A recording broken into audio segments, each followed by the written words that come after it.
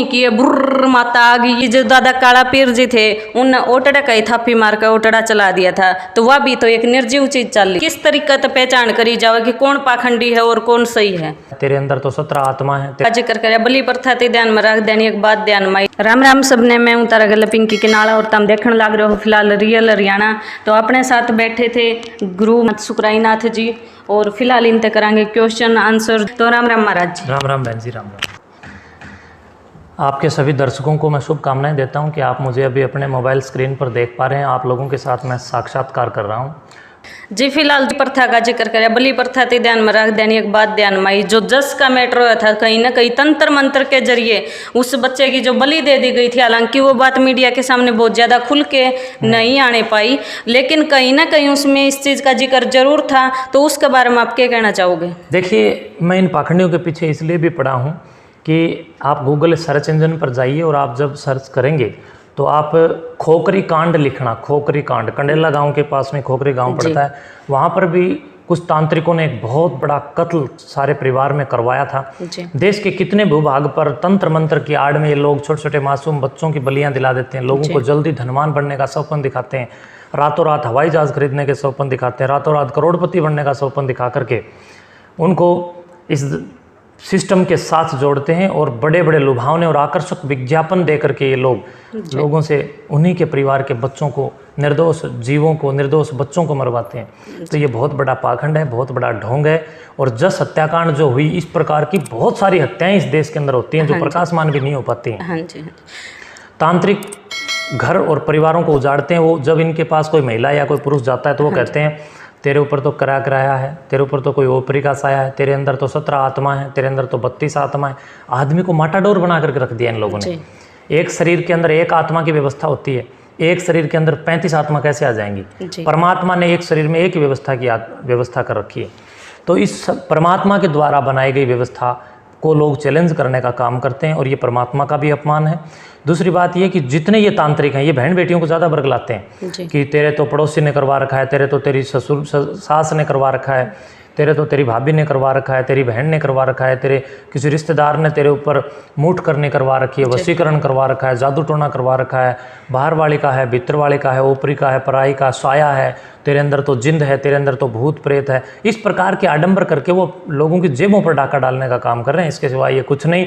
ऐसे लोगों के खिलाफ कानूनी कार्रवाई होनी चाहिए। जो लोग चौकी लगाते हैं देवताओं की या भूत प्रेत की, उन लोगों पर पुलिस चौकी भारी पड़नी चाहिए। आप लोग जाइए, आप लोगों से निवेदन करता हूं कि इस प्रकार के ढोंगी पाखंडियों की आप भी कंप्लेन करें। आपके नज़दीकी पुलिस स्टेशन में जाकर के, पुलिस चौकी में जाकर के ऐसे लोग जो समाज को दिग्भ्रमित कर रहे हैं, जो तंत्र मंत्र के नाम पर समाज को लूटने का और गोरक्षनाथ जी के नाम पर या अन्य देवी देवताओं के नाम पर जो श्राप चढ़ाने का और जो नशाखोरी फैलाने का काम कर रहे हैं, उनके खिलाफ कानूनी कार्रवाई करें, उन पर मुकदमा दर्ज करें और उनको कोर्ट में चैलेंज करें। सर, आज के दिन जो जनता है वह भ्रमित हो रही है कि जो इस बेस में मतलब हर साधु अपना जो बेस डाल ले है, उसमें किस तरीके से पहचान करी जाए कि कौन पाखंडी है और कौन सही है? देखिए, मैं समझता हूँ कि इस प्रकार की पहचान के लिए आपको यानी समाज को अपने बच्चों को वेद का ज्ञान देना चाहिए। जिन लोगों के पास वैदिक ज्ञान है, वैदिक तथ्य हैं, या जिन लोगों के पास केवल पढ़ाई नहीं शिक्षा भी हो, तब वो लोग ही इन पाखंडियों से, इनके गिरोह से, इनके चंगुल से बच पाएंगे, दूसरा कोई नहीं।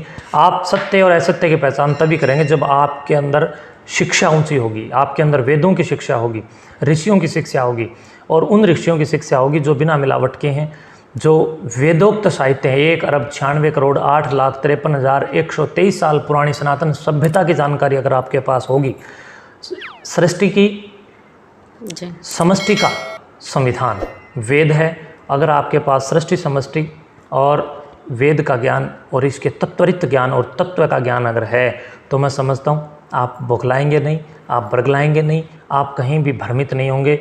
आप पहचान करेंगे कि कौन सत्य है, कौन है सत्य है। जो ये शक्ति होती है भाई, किसी चीज़ को बिना छेड़े इधर से उधर कर देना, ये कर देना, इसके प्रति मैंने कल आप एक वीडियो देखी थी कि आपने फ़ोन को रख के बोला था कि इसको अगर थोड़ा ऐसे भी घुमा दे तो मैं मान जाऊंगी। लेकिन कहीं ना कहीं मैंने कदे न कदे सुनी थी कि जो दादा काला पीर जी थे उन ओटड़ा कई थापी मार कर ओटड़ा चला दिया था, तो वह भी तो एक निर्जीव चीज़ चल रही थी। नाथ संप्रदाय के महायोगी गुरु गोरक्षनाथ जी महाराज की नाथ संप्रदाय और हमारी परंपरा के अंदर दर्शन शास्त्रों की और वेदोक्त साहित्यों का बड़ा ज़बरदस्त विवरण है। आप सांख्य दर्शन या योग दर्शन पढ़ें, जब आप 6 दर्शनों को पढ़ेंगे तो उसमें ऐसे काफ़ी योगियों का जिक्र है जिन्होंने बिना दावा किए तुरंत प्रभाव से प्रकृति के सामने खड़े होकर के प्रकृति से युद्ध करने का काम किया, प्रकृति को आज्ञा देने का काम किया और प्रकृति उनकी आज्ञा के अनुसार चली। तो हमारे मठ के अंदर जो महायोगी सिद्ध कलाईनाथ जी महाराज हुए हैं, कलाईनाथ जी महाराज बहुत उच्च कोटि के सिद्ध साधक थे। वो कोई इस प्रकार के लुभावने ढोंग पाखंड करने वाले नहीं थे जी। उन्होंने सांस्कृतिक समन्वयता को और इस सनातन धर्म की वरीयता को विजय दिलाने के लिए, मैं समझता हूँ वो एक किसी दृष्टांत के अंतर्गत हुआ था। तो वो कलंदर बोले साहब बादशाह जो अकबर का गुरु था, वो पानीपत की दरगाह से चल करके कोथ धाम में आया था। क्योंकि सिद्ध कलाईनाथ जी महाराज का चारों ओर गौरव और यश बढ़ा हुआ था, फैला हुआ था, उसको सुन करके वो यहाँ पर आया था जी। तो सिद्ध कलाईनाथ जी महाराज इतनी उच्च कोटि की ऋषि विज्ञान के प्रोधा थे कि उन्होंने अपने ऐश्वर्य और सिद्धि और अपने गौरव को दुनिया के सामने रखते हुए एक ओटड़े पर एक मिट्टी की निर्जीव दीवार पर बैठ करके ऐसे ही उस पर 3 थापे लगा करके कहा था कि ओटड़े, ये बादशाह चल करके प्रभात काल में इतनी दूर से आ गया, इसके स्वागत में तू भी 3 कदम आगे रख ले। वो दीवार आज भी यहाँ मौजूद है। हाँ जी। और वो दीवार तुरंत आदेश का पालन करते हुए 3 कदम आगे खिसक गई थी। और वो दीवार विज्ञान और ऋषि विज्ञान और उनकी बौद्धिक क्षमताओं के ऊपर अपना कार्य करते हुए दुनिया के अंदर आई, प्रकाश में आई।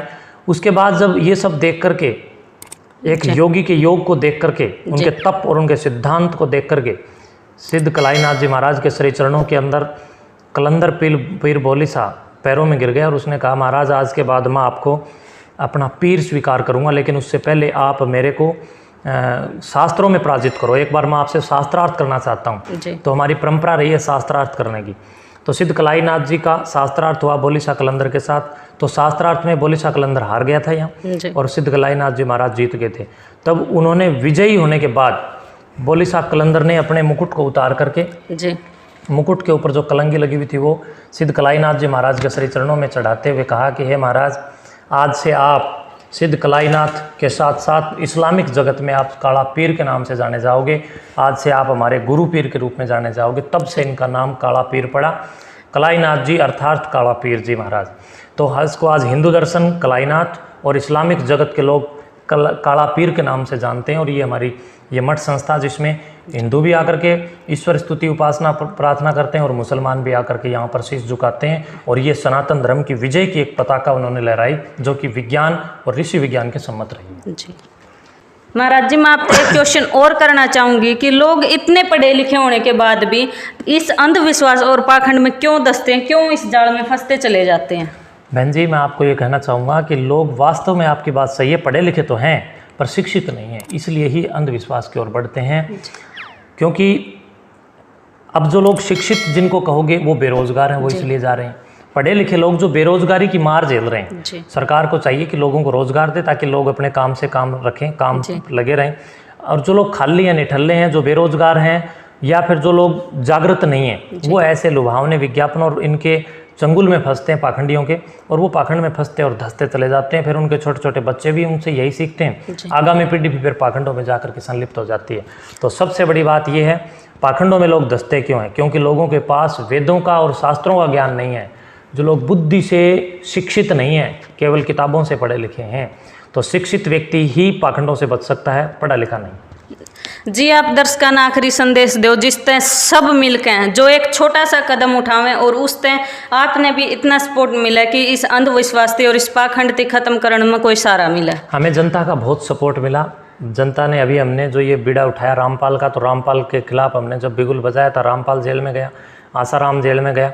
और अभी मोखरा वाले का बीड़ा उठाया तो अब मोखरा वाला भी षड्यंत्र, आज सारे पंचायतों ने इकट्ठा होकर के इस बात का दावा कर दिया और उन्होंने उसको बोल दिया कि यहाँ पर पाखंड बंद कर, गोरक्षनाथ जी का अपमान हम किसी भी उसमें आकर के नहीं सहन करेंगे। ये अखबार में भी आज आप इसको देख सकते हैं, अखबार शब्दों में है कि मोखरा गाँव में पाखंड बिल्कुल बंद हो चुका है।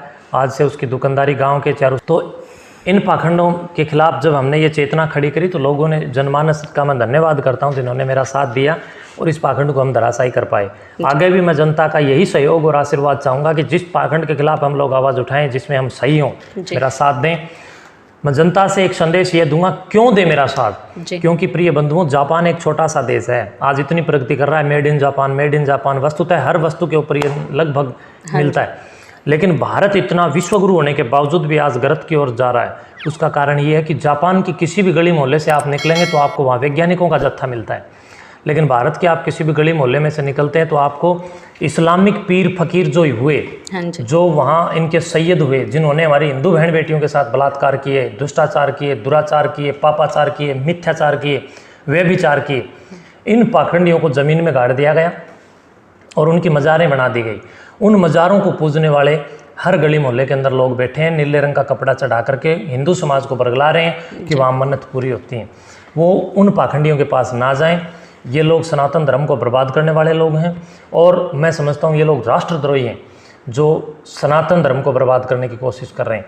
तो भारत देश प्रगति नहीं कर रहा, उसके पीछे कारण ये है कि यहाँ हर कहीं भी किसी लोकल रास्ते पर जाएंगे तो आपको ये मज़ार वाले बैठे मिल जाएंगे जो भ्रमित करते हैं। आप जापान तो बहुत बड़े परमाणु हमले को सहन कर पाया है। इतने बड़े हमले के बाद पूर्णतः वीरान और खंड खंड होने के बावजूद आज अपने अस्तित्व पर खड़ा है। उसके पीछे कारण है वहाँ वैज्ञानिकों की खेप तैयार हो रही है, पाखंडियों की नहीं, पूछा वालों की नहीं, तांत्रिकों की नहीं, और ये गोरक्षनाथ जी महाराज के अपमान करने वालों की नहीं, और धुने पर शराब चढ़ाने वालों की कोई खेप वहाँ पर नहीं है। इसलिए वो प्रगतिशील है।